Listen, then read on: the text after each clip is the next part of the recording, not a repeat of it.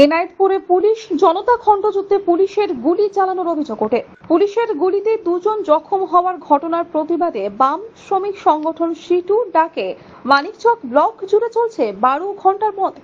শুক্রবার সকাল 6টা থেকে সন্ধ্যে 6টা পর্যন্ত বন্ধের ডাক দিয়েছে।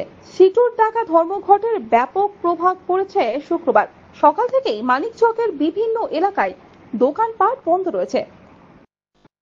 রাস্তায় গাড়ি ঘোড়া চলাচলের সংখ্যাও অন্যান্য দিনের চেয়ে যথেষ্টই কম রয়েছে।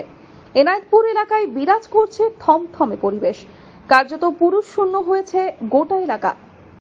এর মধ্যেই চলছে পুলিশি টহলদারি। নিরাপত্তার দিক খতিয়ে দেখতে এলাকা পরিদর্শনে যান অতিরিক্ত পুলিশ সুপার গ্রামীণ সম্ভব জৈন।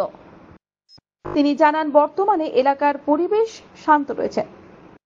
নতুন করে কোনো অশান্তির ঘটনা ঘটেনি। বন্ধের কোনো প্রভাব পড়েনি এলাকায়। अभी तक स्ट्राइक का ऐसे कुछ दिखा नहीं है। अभी तक सब शॉप्स सब नॉर्मली चल रहा है। अच्छा। मार्केट वार्केट सब ओपन है।